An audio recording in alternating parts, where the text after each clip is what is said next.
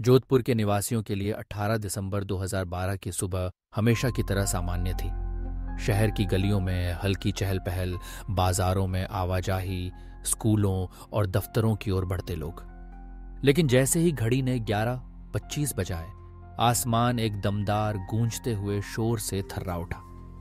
यह आवाज इतनी तेज थी कि घरों की खिड़कियां हिल गईं, दुकानों के शटर कांप उठे और कुछ क्षणों के लिए मानो पूरे शहर की धड़कन थम गई हो। लोग सड़कों पर निकल आए, एक दूसरे से सवाल करने लगे, क्या यह कोई विस्फोट था, कोई दुर्घटना या शायद कुछ और। यह आवाज, जिसे बाद में जोधपुर बूम के नाम से जाना गया, कई के लिए प्रलय की आहट जैसी थी।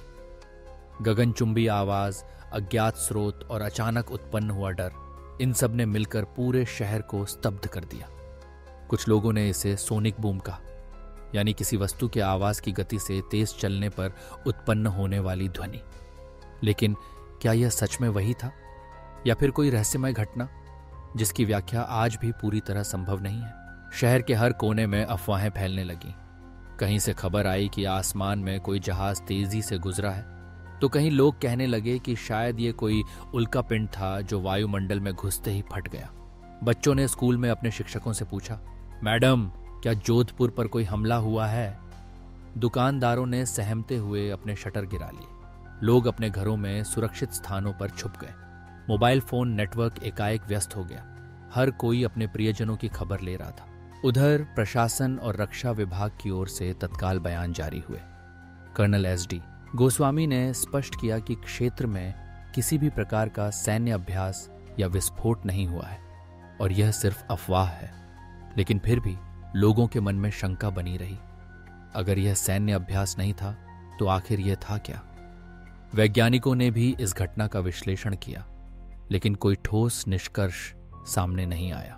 कई लोगों ने उस दिन की आवाज को कयामत की घंटी की तरह बताया, मानो आसमान फट पड़ा हो या पृथ्वी के भीतर से कोई रहस्यमयी शक्ति बाहर निकल आई हो। कुछ बुजुर्गों ने बताया कि उन्होंने अपने जीवन में ऐसा शोर पहले कभी नहीं सुना था। यह आवाज न केवल कानों में गूंजी, बल्कि दिल और दिमाग में भी गूंजती रही। आज भी जब उस घटना की चर्चा होती है तो कई सवाल उभर आते हैं। अगर वास्तव में यह सोनिक बूम था तो किस विमान ने वह गति प्राप्त की? अगर नहीं तो क्या यह कोई प्राकृतिक घटना थी या फिर किसी और दुनिया से आया संकेत? क्या प्रलय का आरंभ कुछ इसी तरह का होगा? एक रहस्यमय, अचानक असहनीय शोर जो पूरी मानवता को चौंका दे। कुछ इतिहासकारों का मानना है कि कई संस्कृतियों में प्रलय या कयामत के समय अजीब आवाजें, गड़गड़ाहट या विस्फोटों का उल्लेख मिलता है। पुराणों में भी कहा गया है कि जब पृथ्वी का अंत निकट होगा तो दिशाओं में अजीब सी आवाजें गूंजेंगी, जिससे मनुष्य डर जाएंगे। क्या जोधपुर बूम उसी कल्पना की एक झलक थी, या विज्ञान का कोई अनजान रहस्य? इस घटना ने न सिर्फ वैज्ञानिकों और सेना को, बल्कि आम नागरिकों को भी सोचने पर मजबूर कर दिया। क्या हम अपनी दुनिया की हर आवाज, हर संकेत को सही से समझ पाए हैं, या हमारे आसपास अब भी ऐसी शक्तियां काम कर रही हैं जिनका रहस्य हमारे विज्ञान, हमारी समझ से परे है? जोधपुर बूम के बाद शहर की जागरूकता और सतर्कता में भी बदलाव आया। अब लोग किसी भी असामान्य घटना को हल्के में नहीं लेते। प्रशासन ने भी आपातकालीन प्रतिक्रिया तंत्र को और मजबूत किया।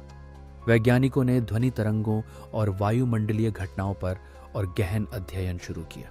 इस घटना के कुछ वर्षों बाद जोधपुर ने तरक्की की नई राह पकड़ी।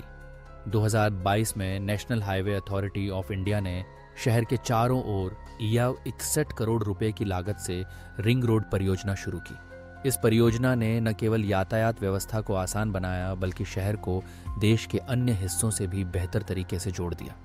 हालांकि वित्तीय दिक्कतों के चलते इसमें देरी जरूर हुई, लेकिन अप्रैल 2022 में पहले चरण के काम ने फिर से रफ्तार पकड़ी। इसके साथ ही जोधपुर का रियल एस्टेट भी तेजी से बढ़ने लगा। 2025 में राजस्थान सरकार द्वारा जोधपुर पाली इंडस्ट्रियल कॉरिडोर में 2000 करोड़ रुपए के निवेश की घोषणा ने जमीन की कीमतों में जबरदस्त उछाल ला दिया। पिछले एक साल में जमीन के दाम 18% तक बढ़ गए। अडानी ग्रीन टाउनशिप जैसी परियोजनाएं, जहां RS60 लाख में पर्यावरण अनुकूल घर मिल रहे हैं, और मंगलम आंगन जैसी बजट अपार्टमेंट स्कीमें आम लोगों को भी घर का सपना पूरा करने का अवसर दे रही हैं। लेकिन विकास के इस दौर में सामाजिक चुनौतियां भी सामने आईं। अप्रैल 2023 में जोधपुर विकास प्राधिकरण ने चोखा क्षेत्र में लगभग 70 अवैध ढांचों को गिरा दिया, जिनमें से अधिकतर पाकिस्तान से आए प्रवासी रहते थे। इस कार्रवाई के बाद इलाके में विरोध और पथराव की घटनाएं भी हुईं। यह घटना दर्शाती है कि शहरीकरण और विकास के साथ साथ सामाजिक संतुलन बनाए रखना भी उतना ही जरूरी है। जोधपुर बूम की रहस्यमयी गूंज, शहर के विकास की कहानी और सामाजिक संघर्ष, ये सब मिलकर जोधपुर की पहचान को और भी खास बनाते हैं। एक तरफ रहस्य और रोमांच, दूसरी तरफ प्रगति और चुनौती।